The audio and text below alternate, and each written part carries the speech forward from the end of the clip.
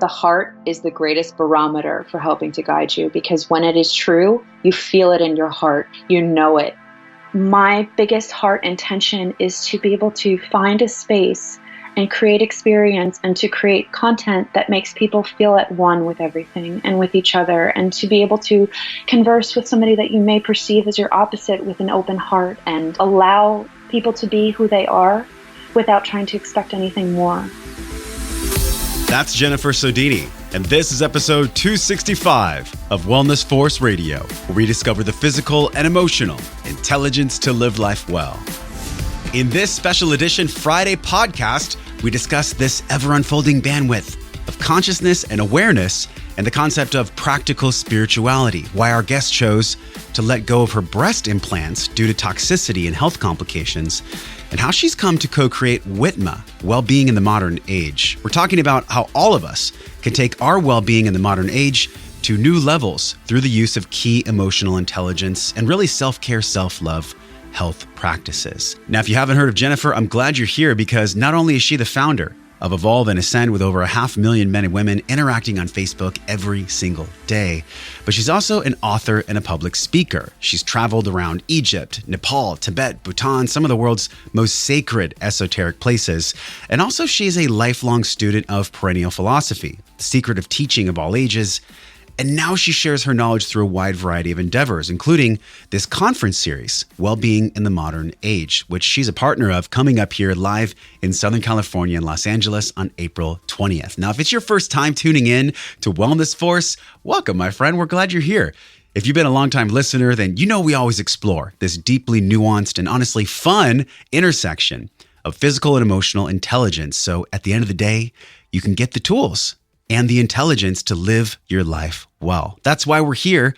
We're always learning about this physical and emotional intelligence so we can live our life well. And I promise you that by the end of this podcast, not only will you gather unique gems that will apply to your life from Jennifer, but also if you have a spouse or sister or really any woman in your life or circles who is suffering from what might seem like mystery health complications, who happens to have breast implants, turn the volume up on this one. Use our show notes page as a resource guide for you to take a deeper dive into the science behind health complications and breast implants. Jennifer is going to share authentically about her journey of why she removed the implants, how she feels now afterwards, and why she's also created a movement that was inspired by her journey to bring greater awareness to the toxicity found in breast implants. I love Jennifer and her energy. I've gotten to know her over the past year. She is such a force of wellness in this world. I know you're going to get so much out of this episode where we explore these concepts of esoteric wisdom, plant medicine, emotional intelligence, and all things related to greater well-being in the modern age. And I almost forgot, if you want to join me and Jennifer at the WITMA Live event, April 20th in Los Angeles, just go to the show notes page today at wellnessforce.com/265. You get to hang out with a handful of the top wellness influencers and spiritual leaders in the world.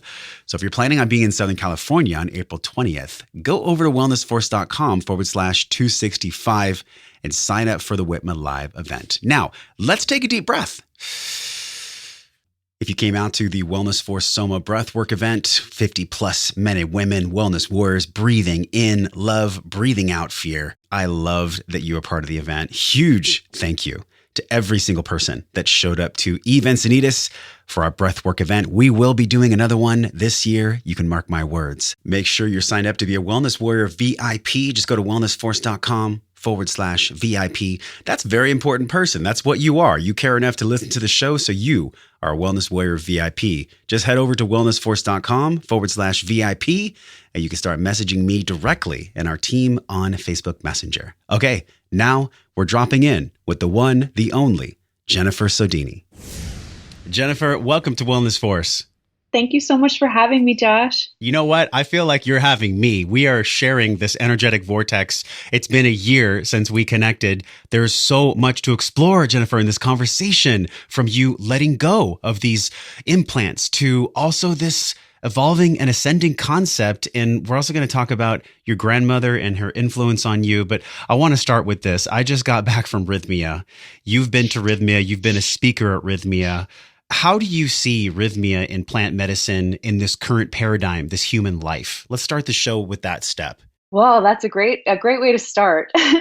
So honestly, I feel that rhythmia is this portal of initiation, right? It is just this sacred space that elevates us and connects us to our heart and gives people the tools necessary to really step into their truth.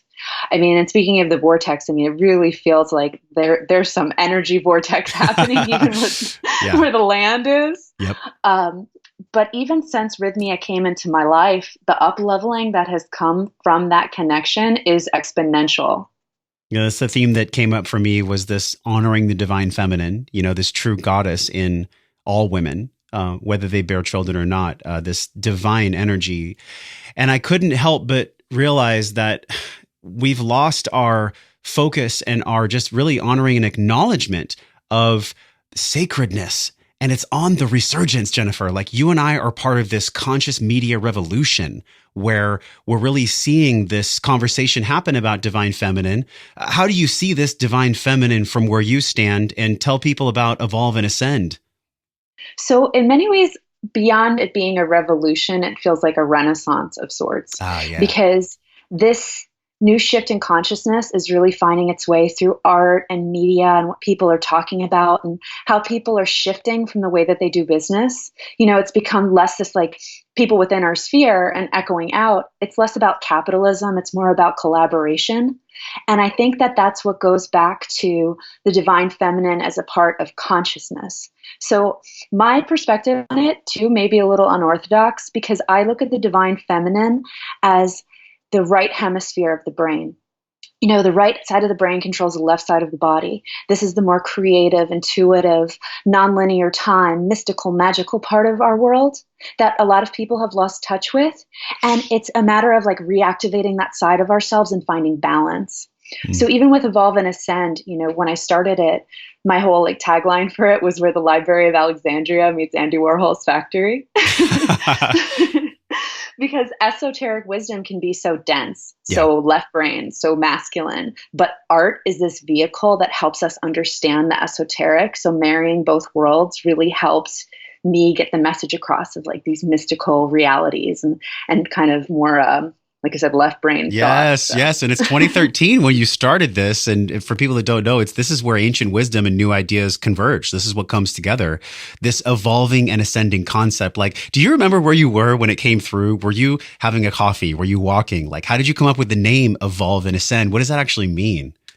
So it's funny that you should ask that. So when I started it, I had left working in pop culture in 2012 after I discovered the Mayan calendar and went down to Costa Rica with Daniel Pinchbeck and did ayahuasca and, you know, had this whole breaking open the head moment. And I was searching, you know, just had this voracious appetite for esoteric wisdom, but I couldn't find any sites that spoke to me aesthetically, like married the two worlds, like art, good design and good wisdom.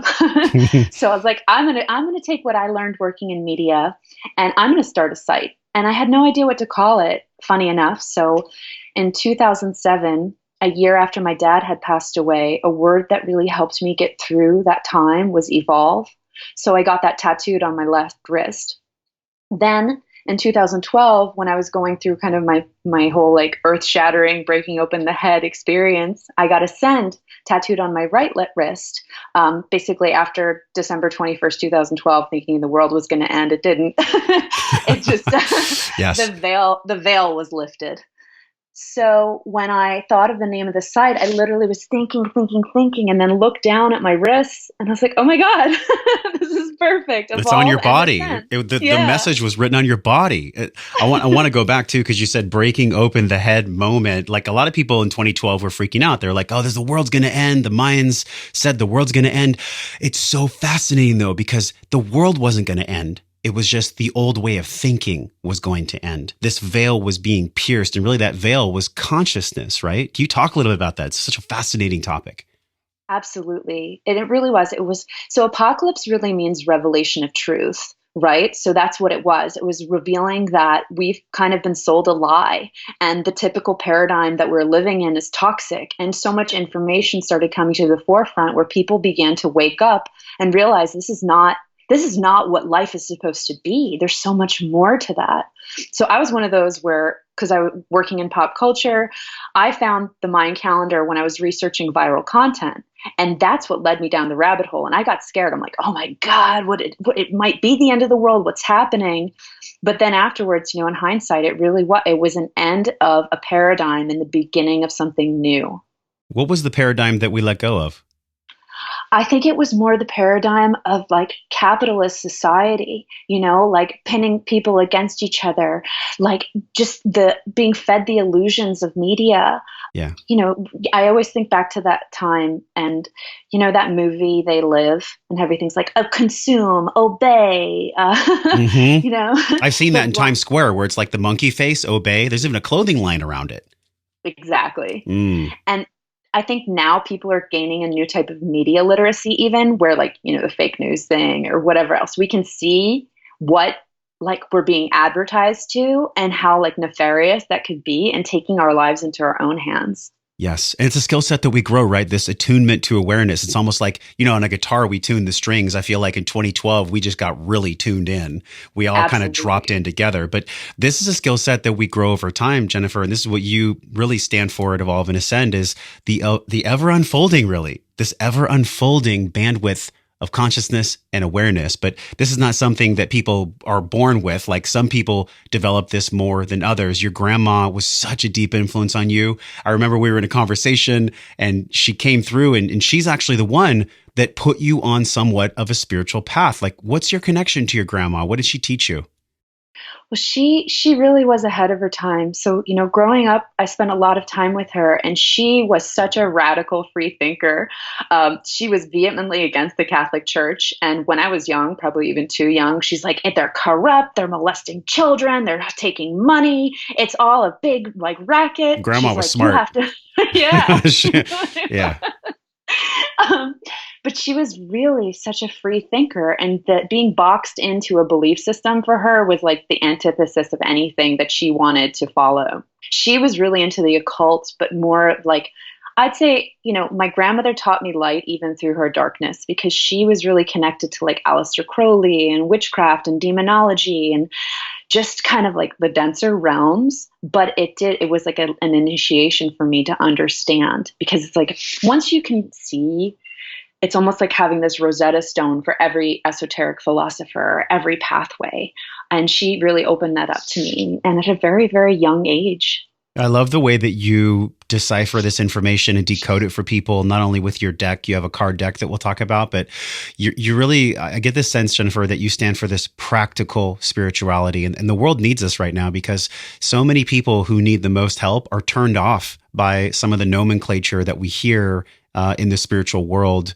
Do you see this where people can use such language that's, my aura is bleeding into my fifth chakra, and that's what's actually making me drink this sacred tea? It's like, hold on, we need to meet people where they are. How do we actually do this? How do we meet people that need the most help where they actually are, bringing them over to these words and these realms of higher consciousness? I think that's such an important point, because to me, language is so important, and words create worlds, right? That's why it's called casting spells, because you're spelling things into reality.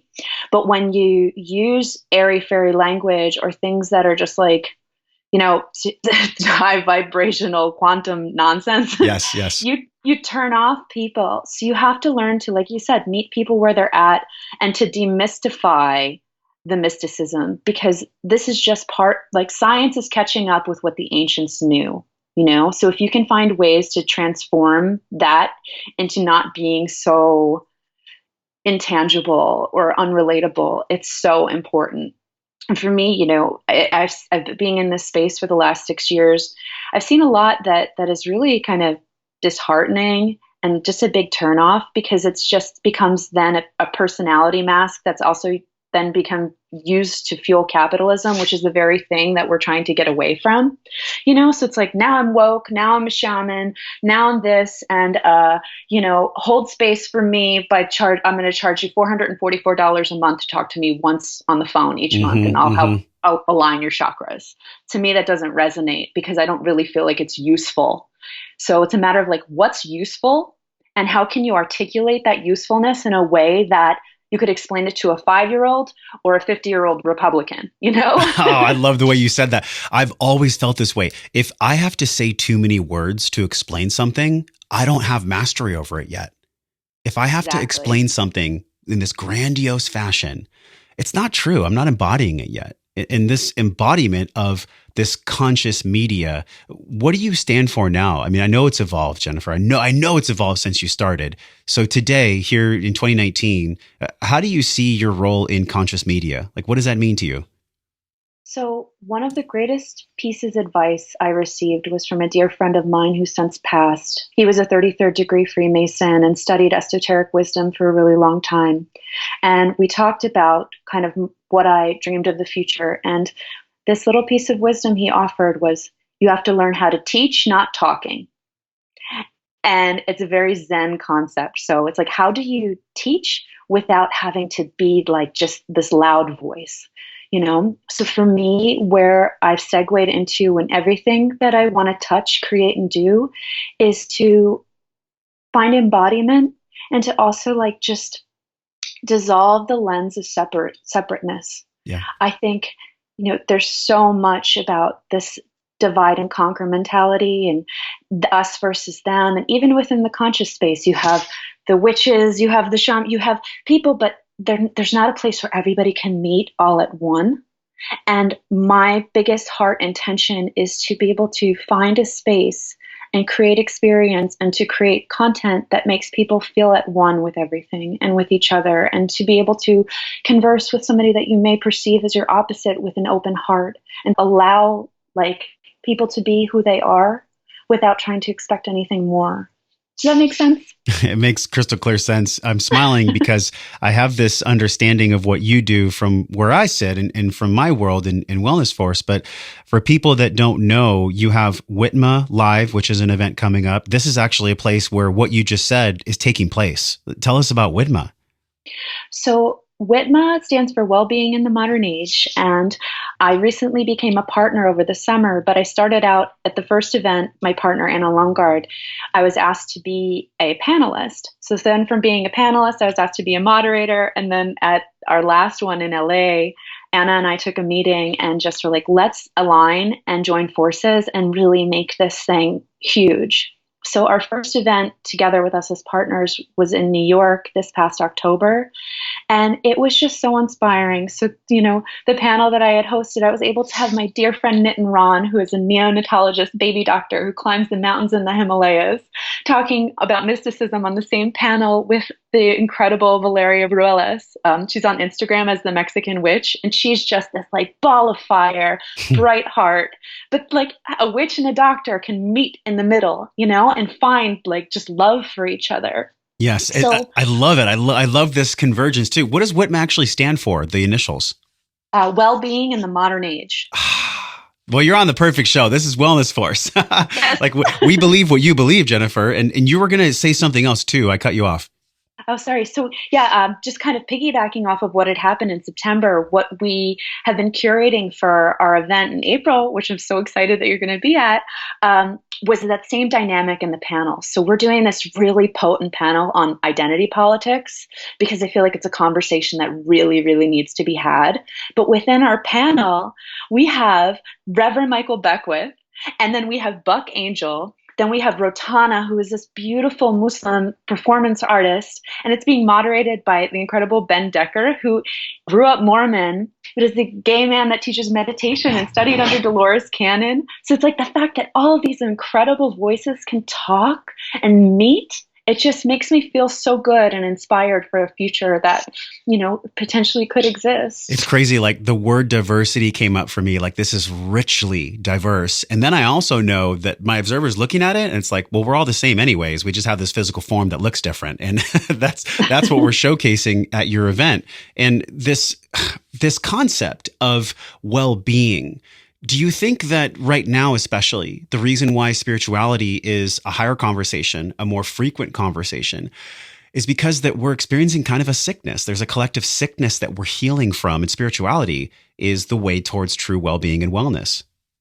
Absolutely. One of the things that Jerry teaches at Rhythmia, is about us reconnecting with our soul, to like merge back with our soul at all costs. And I think that, we're in an interesting time where so many of us don't even know what that looks like. What?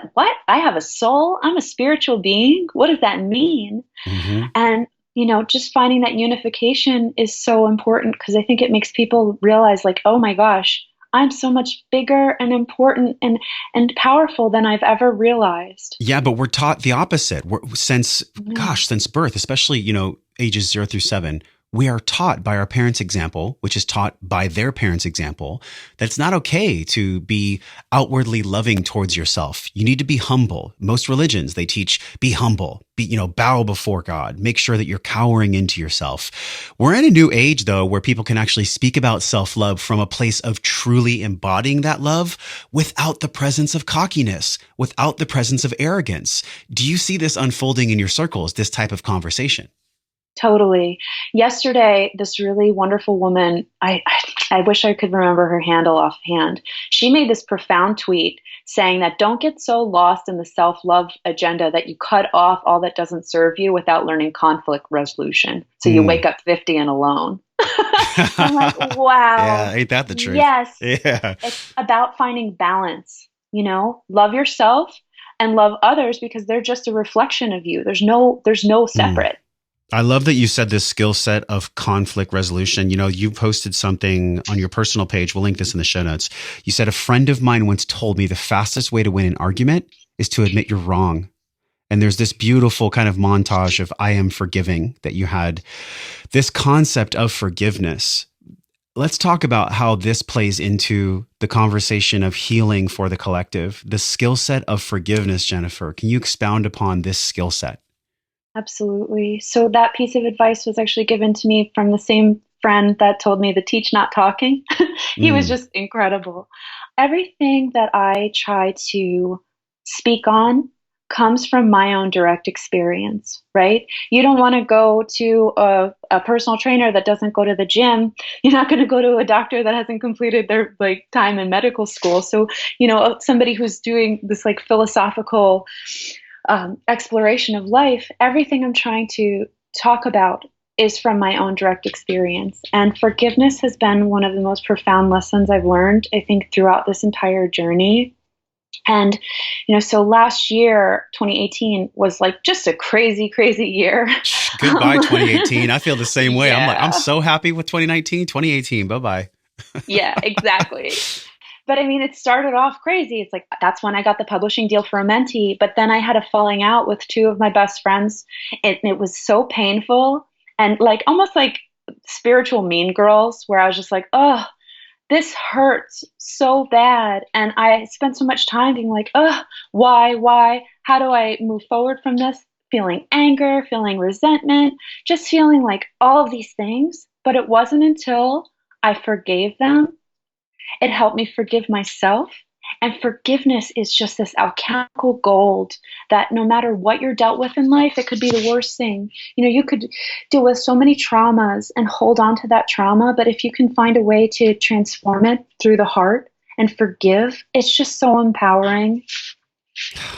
I just had to take a deep breath because that was my lesson at Rhythmia. I had been, this question that Jerry and the team has created there of show me who I've become. This is the first question that everyone asks.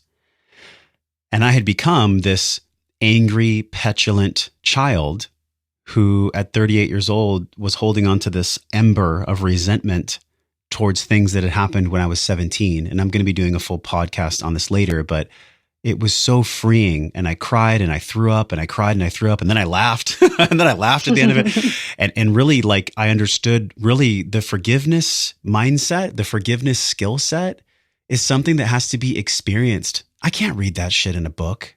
We can't get that from a PDF. Human beings have to go through a learning experience through spiritual realms to really understand and imbue and really imbue this forgiveness, this skill set. And so I'm actually going to be recording a podcast with him in Las Vegas, apologizing to him and telling him why I love him on the show. And That's so beautiful. we're going to be doing that actually right when this show comes out. So by the time this show comes out, we'll be talking about that. And the reason I talk about forgiveness is because it's a concept that's come up for me multiple times, but really only in the past week or so have I truly seen the bottom of it. And at the bottom of all forgiveness is love. I'd love for you to talk about forgiving the self, this concept of not just forgiving other people, but forgiving oneself for holding on to anger, forgiving oneself for any kind of incessant monkey mind thoughts that one can't let go of. They're stuck in a cycle. How do you see forgiveness of the self, Jennifer? So it's a constant process, right? It's something that I've yet to master, because out of all people I'm hardest on, it's myself. And, in my plant medicine journeys, it's been this concept I revisit very often, where every time I'm shown myself as a child. And it's like, would you treat a child this way? Would you speak to a child this way? This is your core essence. You are this child, this pure being. So don't harm the child. Don't speak to them in such a way that's like, doesn't fuel growth. So trying to look in the mirror and remember your true essence and connect to that childlike place. That's really, really helpful for forgiveness, because it's seeing yourself as a 3-year-old child. You're not going to sit there and say, oh, you idiot, what have you done? What's your problem? You'd be holding that child in compassion. So remembering compassion, I think, is a really, really important key. And I think in that moment, people that are listening are like, well, it's easy to say. It might not be so easy to allow to unfold. And that's the key word, isn't it? It's like allowing. How do we allow the self-forgiveness? What do we need to get rid of in order to get down to the deep down forgiveness? What are we letting go of, actually? Totally. It's a lot of it is negative thinking patterns, because thoughts form into formed thoughts. So, when those negative thoughts come and permeate consciousness and infect, we have to find a way to flip the script on them, right? Yeah. And it's work in progress, but it's just, instead of, why did this happen to me?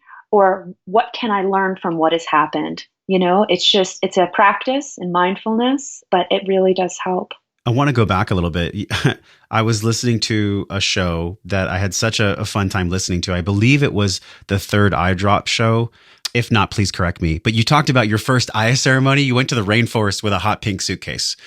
Yes. Okay. What was going on in your life at that point? And I want to go back in time, because this really sets the foundation of future questions on our show.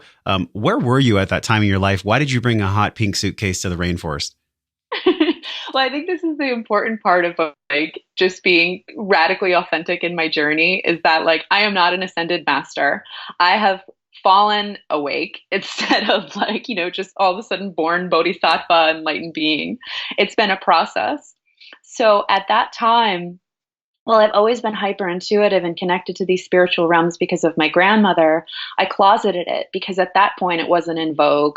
Everybody thought I was weird. So I was more okay, I'm just going to focus on the outer worlds and materialism. And I was in a relationship where I was basically just a housewife.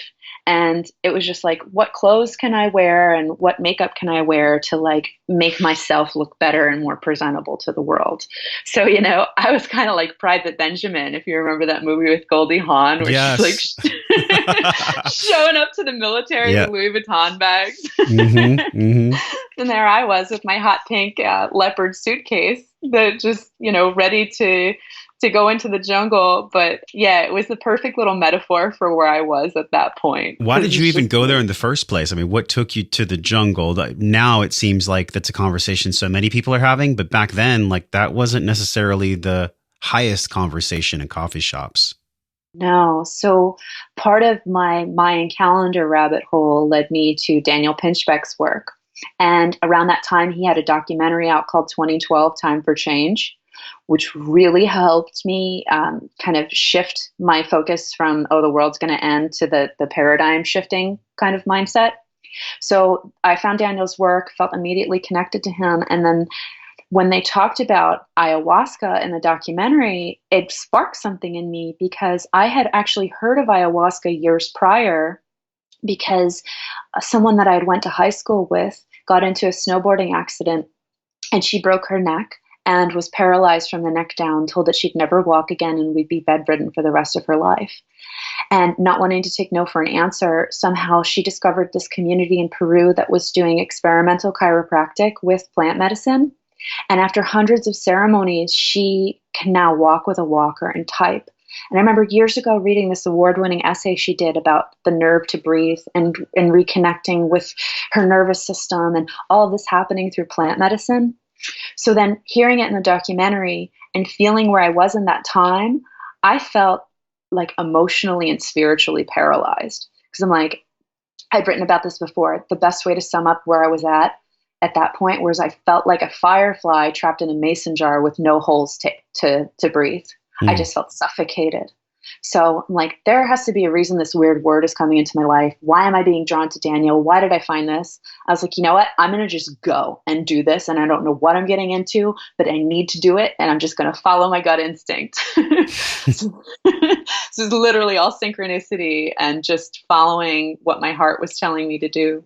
This following of the heart, this is like an intuitive guidepost. And early in my journey, I would say like 2013, 2014, I would listen to Esther Abraham Hicks in the shower. And she would always talk about your internal guidance system, the thing that's going to put you in the direction that your soul really wants you to go. But gosh, there's so many things, so many distractions that get in the way of this guidance system.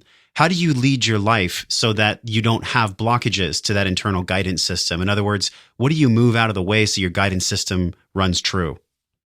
I try to subtract ego from it, which is also a work in progress, because when our intuition comes up, sometimes it can be conflicting. Is this my intuition or is this a judgment from my ego? Yes. Is this emotion? What is it? But the heart is the greatest barometer for helping to guide you, because when it is true, you feel it in your heart. You know it. It's not a matter of, I have a deja vu or, I'm getting a vibe. When it's really in your heart, beyond the shadow of a doubt, Yeah. The space between the head and the heart. I was listening to Hawkins' Letting Go. I don't know if you've ever read the book or heard of the book, but he said that sometimes the greatest distance for people can be that space between your head and your heart. Because so much of the media that's out there is really based on neck up. Like, let's face it, 90% plus of the media out there is based on keeping people in a state of fear, keeping people in a state of reaction. This Evolve and Ascend, the types of media you put out, also with Whitma, and gosh, just you as a human being, like the media you're putting out, how would you describe that? How would you describe the actual conscious media that you bring to the world now? Well, my deepest intention is to keep it heart-centered, and easy to relate to and digest. Again, like what we were saying before, if you have to say something in so many words or make it intangible, that's not useful. So I've tried to make it feel useful that, anybody can relate to it, whether you're a Christian just starting to wake up or, ironically, we have a very big Muslim community, but, I'm able to speak to people, and we also speak to a lot of like a Hindu audience. So I want to be able to speak to everyone and have it feel loving and warm and open, not playing to like fear and base desires. There's this really great documentary by Adam Curtis called Century of the Self. Have you heard of it? No, but I'm in. Oh my gosh, it's so incredible. It basically talks about how public relations was invented, and it was actually through Freud's nephew. And he basically found the way to manipulate media to play to a root desire. And, he did the spearheading campaign of getting women smoking cigarettes, and then it became in vogue to smoke cigarettes. So it's like identifying what plays to base desire is not really where I'd want anything that I create to be. Is this the same guy that I heard of the De Beers campaign where men were guilted into buying huge rocks for engagement rings for women? Is this, you think, in the same vein, this, you should be buying this, $50,000 ring for your wife, otherwise shame on you? Yeah, I mean, the Freud's nephew, the invention of PR was basically, all of that. Playing on fear, playing on desire, playing on sex, all of the things that keep us, tethered to lower realms. Not that sex, keeps us tethered to it, but, not in a mindful space it does. Well, it's interesting. I didn't know that about PR. And I think the reason we're seeing people kind of reject mainstream media is because there's something in their guidance system that knows it's not the truth. Like if there's the people are listening and they're watching, they're like, I see my monkey brain being attached to this. I know that my logical mind wants to react, but there's something in my heart that tells me this isn't true. And let's be honest, like speaking the truth is not always an easy thing. It can shake the ground to speak the truth. You recently spoke the truth. You let go of breast implants. Like this is a very sensitive topic. And I'd love for you to share why you made that choice. Like, did your body tell you? Did your heart tell you? Like, why did you let go of that? And why are you speaking so loudly about it online? So, part of my journey from like 2012 on, speaking the truth back then was so hard. Everybody thought I was nuts and I got so much flack for it, but I just kept holding on to it. And that's why it's so important for me, even now, all this time later, to just practice that radical authenticity, even if it might trigger people. So sharing my journey has been so important because I feel very, very blessed that I was able to listen to my body and find out what was wrong. So in 2007, it was a year after my father had passed away. That summer, I got breast implants. I was only 21 and just very insecure and thought that somehow that would be the key to making me have a better self-image. When I got them done, the doctor really kind of glazed over what the shelf life is and didn't make it feel like such a big deal, where he's just like, yeah, they have about a 10-year shelf life, but every 10 years you get them replaced, no problem. So about, 2017, it was my 10-year mark. And I started researching having them removed because it's just like, you know what, I've grown so much as a person. It just doesn't feel like me to have this anymore in my body. And I was like, I just want them out. So I started researching explant surgery and I stumbled upon the story of Crystal Hefner. And she had, the first time I ever heard of, breast implant illness. So I read her story and she had described her symptoms, and I'm reading this and all of a sudden this light bulb is going off. I'm like, oh my gosh, this is everything that I've been feeling and experiencing over the last few years that I chalked up to maybe adrenal fatigue or life stress or getting older. But I was like, this can't be a coincidence because like, Josh, I've been a vegetarian for a very long time. I lead an active life. But over the last few years, I gained 40 pounds out of nowhere. I was waking up every morning with excruciating headaches, needing copious amounts of caffeine to even feel somewhat awake, battling chronic fatigue, like brain fog, not remembering things, and pain in my kidneys and sides. And I was just like, what is happening to me? There's no excuse for this. So I'm an insane researcher. And once I discovered that, I just started finding thousands and thousands of women who had similar symptoms and stories. And there's a group called Healing Breast Implant Illness by Nicole DeRuda, where women share what they've experienced with this. And I was just like, this can't be a coincidence. So I wound up, luckily enough, connecting to the same doctor that took out Crystal's implants, because to me, when I found her, I was like, this is my doctor. She graduated Yale at like 16 years old. She only takes them out. She only focuses on like a holistic approach to healing. So I booked her. It took months to get in. But leading up to it, I was just like, I need to share this because I feel like this is what's going to change my life. And if it can change other people's lives and minds, then it's really useful and important. So I explanted on March 8th. And it's insane. I mean, you can even put this in your show notes. So I took a picture of my face, which I had been waking up to every morning with like puffy face, bags under my eyes. Like I have big, bright green eyes, but over the last 2 years, it's just like waking up, my eyes were like swollen. The morning of surgery, I took that photo. Then at 8:30 at night, after the implants were out of me, my eyes were bright and shiny and my skin was glowing. And every day since then, it's only improved. And, sharing it is just like, this is what I'd like to also preface, where I have no judgment against implants. People can smoke cigarettes their entire life and never get lung cancer. People can have breast implants and not replace them and never get sick. But the thing that needs to change is that there has to be informed consent about the risks and complications that could stem from having breast implants. And there is not enough protocol in place to really inform people of what they're putting in their body. I had no idea. And it's interesting, the timing of this too. Thank you for sharing, because gosh, what an intimate story. Like you're literally having your chest cut open, having bags of saline solution removed and then sewn back up. Like the healing process of this for how many women? I mean, I'm looking at this blindsided article from NBC News, women speaking out about breast implant illness at an FDA hearing, March 25th. This just came out.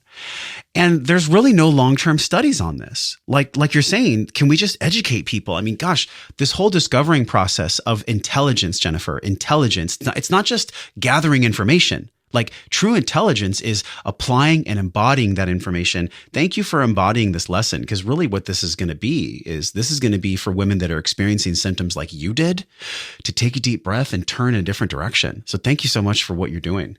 You're welcome. And it's, it's amazing you even mentioned breath. So something that I hadn't even noticed or realized was how they had actually been affecting my breath. My doctor, Dr. Lujin Fang, is actually conducting studies of what happens before and after you have implants and then have them removed, of how it affects breathing. Because for women like me who had implants under the muscle, what happens is there's a capsule that forms around the implant. It's your body's natural response for having a foreign object around it. So it's like the scar tissue forms around it. But then that scar tissue can in turn latch onto your ribs, which can impair your breathing capabilities. So for me, my capsule had attached really badly on both sides, but even worse on my left side. So like right above my heart, I had all this scar tissue preventing me from being able to breathe deeper. But the difference of having them out and I didn't even realize I had a breathing problem until now. I can actually breathe deeply and just really inhale without feeling constrained. It's really just mind-blowing, the changes. And this is powerful too, because I've recently come across information and experience when I was at Rhythmia with Christian's breathwork. There's more DMT produced in the lungs than anywhere else in the body. Like, how's that for scientific wonder? And now the fact that you can breathe, like you'll be accessing higher states of consciousness just through your breathwork. Completely. And even, as a crazy dreamer, my dreams, even the last 3 weeks, have been even more intense than usual.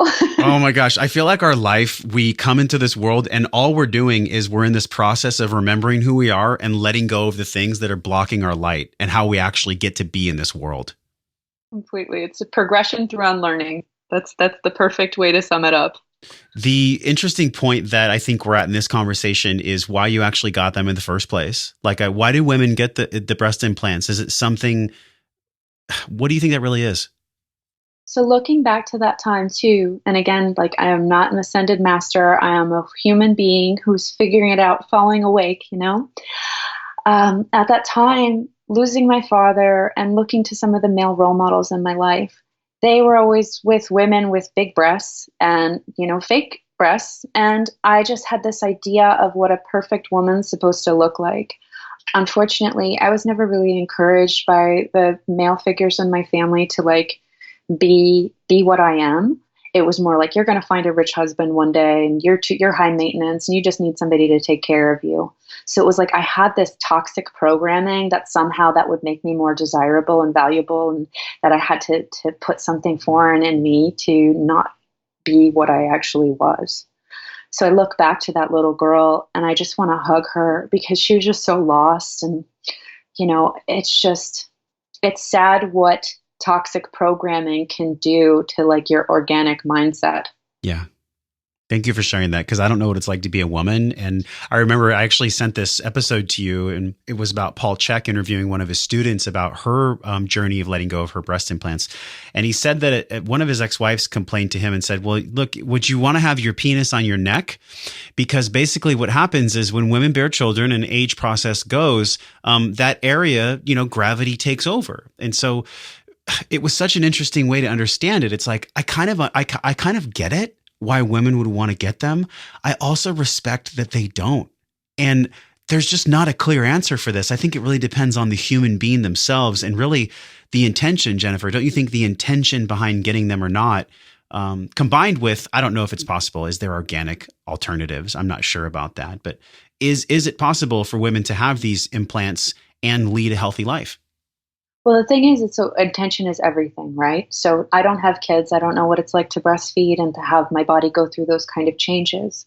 But then there's also women. So on NBC, they did a highlight reel about women with breast implant illness, and they highlighted the case of this courageous woman who had breast cancer, and she had a double mastectomy to get the cancer out. But then she got implants to help her feel better about the changes that her body went through. But the kind of implants that she had were actually spoken of as the safest ones on the market, quote unquote, which are the gummy bear textured implants that are supposed to be natural.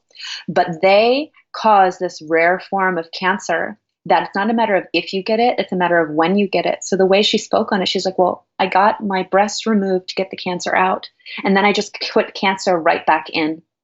So there's still not enough data about what's actually safe because, the saline implants still have silicone casing. And although they say silicone is an inert substance, it's not. The casing is filled with heavy metals. And then silicone gel implants, it's like silicone inside, silicone outside. But then, there's the other option that some people discuss having, but I think it's still in kind of like the developmental phases where they do fat transfer, where like that's the most natural route because it's your own body cells, but it's not guaranteed to stick. But, for breast cancer survivors or for mommies that have kind of gone through war, like, breastfeeding, it would be nice if there could be a natural option for them to feel good about themselves. But I just don't know if it's there yet.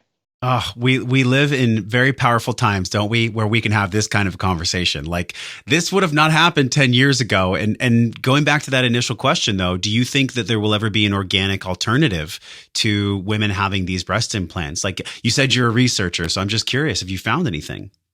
Well, the fat transfer seems to be the closest, but I mean, we're seeing such profound things that happen with stem cells where I wouldn't be surprised if with stem cells or like platelet-rich plasma, I think is one of the treatments, that we might be able to find a solution in the future. I think we're living in epic times, like you said, every day there's a new discovery being made. I'm so grateful to be alive right now. Can you imagine 2019, we're talking through a computer, it goes into outer space, and then it goes all the way to New Jersey and back to me. We're in an incredible time here to be able to do this on a podcast in different states. Like what's most gratitude bearing for you now? What makes you the most grateful to do what you do, to lead, evolve, and ascend, to have WITMA in your roster? Like what brings you joy right now? Oh my gosh, all of it. Just knowing the lives I've been able to touch and the people that I'm able to connect with. The fact that it's funny because the way that the neural net of the internet looks, it almost replicates the way that the neurons in the brain look, which also replicates patterns in nature. And I just feel so blessed, humbled, and grateful to be in a time now where this could have been a career path for me. Like what? I get to wake up and do this? It's pretty incredible. Let's give people some tools too, because people can feel your joy. They also can feel your process. I mean, this is not some easy linear path for you. It seems like you've hit many cul-de-sacs on the journey. What are some of the tools that you use every day, like practical things for spirituality, to truly embody this message of evolving and ascending? It's written on your body for a reason. Like, what are the tools that you use every day that people can learn from, that people can use themselves? Practicing gratitude is so key. Just taking your day and thinking about at least like 10 to 20 things that you're grateful for. That is just a great shift in consciousness to begin with.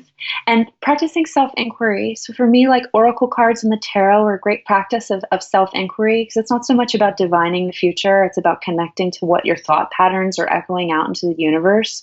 And it's like, that doesn't need to be something so esoteric or woo. It's a good way to explore the archetypes that are like latent within your subconscious mind and see your thoughts outside of yourself. Mm-hmm. So those are really, really good practices. And just like keeping yourself in check, calling yourself on your shit, like just practicing radical honesty, Yeah, calling yourself on your shit. The emotional inventory, which is a concept that you just echoed, Jennifer. So many authors and speakers have been on the show. And eventually all roads lead to self-inquiry, this honesty aspect. What do these cards actually mean for people? I'm curious because I've never used like an oracle deck myself. What actually is that? So there's a big difference between oracle cards and tarot cards. So I'll preface it by saying that. So the Tarot is basically the major and minor arcana, which explore the fool's journey into coming to understand the way of the world. So each of the cards explored are different archetypes and elements that every single person that's alive and living in this human experience will encounter in their lives. So it's like the blueprint of the spirit into form. Very specific. Rider-Waite is the most popular of all the decks, but that's starts at 0, goes to 22, but then there's also the minor arcana, which is even more beyond that. So oracle cards are more of like a Rorschach test. So it's like, what is my subconscious putting out into my conscious mind? So it's kind of like a choose your own adventure game. So oracle cards, there can be an oracle of everything from, spirit animal to color to just prompts and mantra. So for the oracle deck that I've created with my partner, Natalie Miller, it's called a Menti Oracle, and it's based on the 42 ideals of Ma'at, which is this Egyptian Neter, which is another word for force of nature or goddess, who was the embodiment of truth and order from chaos. So these 42 cards explore how within every major wisdom tradition and philosophy that having the sacred heart and embodying this lighthearted ideal is the key to like living an embodied existence. How do you know how to shuffle them? Is it just intuitively? You just split the deck? And I've seen so many people do this.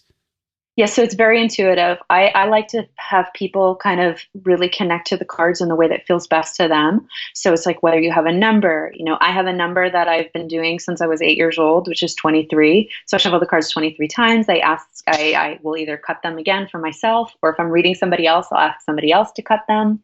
I typically like to use my left hand because it can, it's controlled by, the right side of the brain, and like the left side is more like, connecting to creativity and whatever else. So there's not just one way. So it's like you have to find what resonates best for you. And there's different ways that you can do card layout. So, a very popular way of using the cards, especially if you're using tarot, is to do a tree of life spread, which you put the cards in the order of the Sephiro of the Kabbalah tree of life. Or you can just pull a card and say, like, what is it that I need to learn best today that can help me like further align? It really inspires playfulness with how you connect to them. So, there's not a one size fits all model. This is the first time that you've actually produced an Amazon product, right? This deck, this Oracle deck? Yes. So this is my first major publication. My publisher, Running Press, is an imprint of Hachette, and Hachette actually puts out work by J.K. Rowling and Dave Sedaris. Like they're an incredible big deal. So, oh yes, you're in the same category as J.K. Rowling. This has been such a fun conversation with you. Like I've been looking forward to this for months, and I'm so stoked that we actually got to lay it down on the recording on the microphone. I have these 3 questions for you, and the first one is pretty deep because on Wellness Force, I like to go deep anyways. That's just who I am. But I'm curious if there's a lesson you could share with us that you're actually still in the process of learning in this evolving and ascending path. Is there a lesson you could share that you're still learning? Absolutely. So the biggest lesson that I'm continuing to learn is to maintain and keep a light heart and to not become jaded by the world. So, 2018 and 2016 were 2 really challenging years. And those were years where I actually came into a relationship with what is anger? Why do I feel angry? And that was something I never really felt so deeply.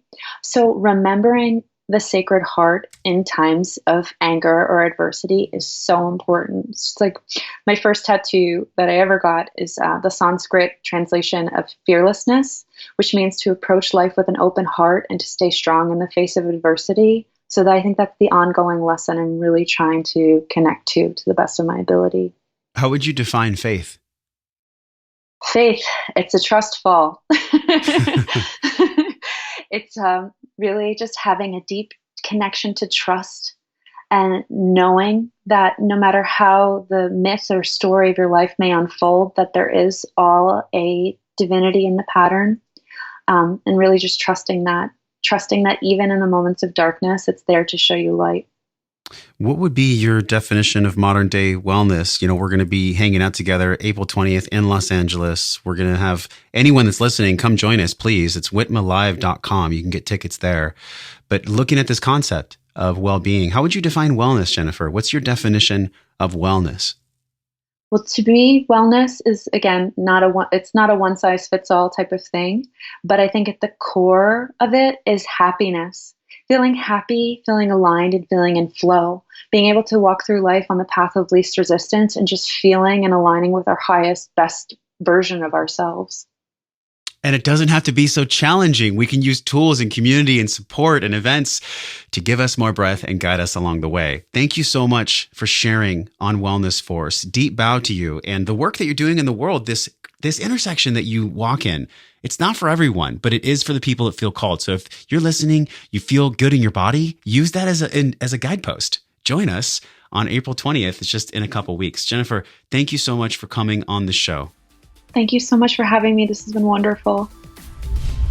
Hey, my friend, thank you for hanging out and growing with me today. Everything you learned on this podcast starts with your morning practices. So from over 200 world-class guests and counting, we've distilled the gems, the best of the best science-backed practices down into a 21-minute morning system guaranteed to increase the positive flow in your day. Get this free and powerful 21-minute life-changing system over at wellnessforce.com/M21. If you enjoyed this episode, tap your phone, share it with someone you care about, because that is how we all get better together. Supporting the show is easy. Leave us a 5-star review right now from your phone. It helps us reach other smart and conscious people like you. Either tap your phone and hit the link in purple that says review this podcast, or go to wellnessforce.com/review. And this show doesn't stop here. We're continuing the discovering process in our private Facebook group. You can be a part of it. All you have to do is go to wellnessforce.com/group, and I'll welcome you at the door. Okay, now you get to go out into your world and live your life well. So until I see you again real soon, I'm wishing you love and wellness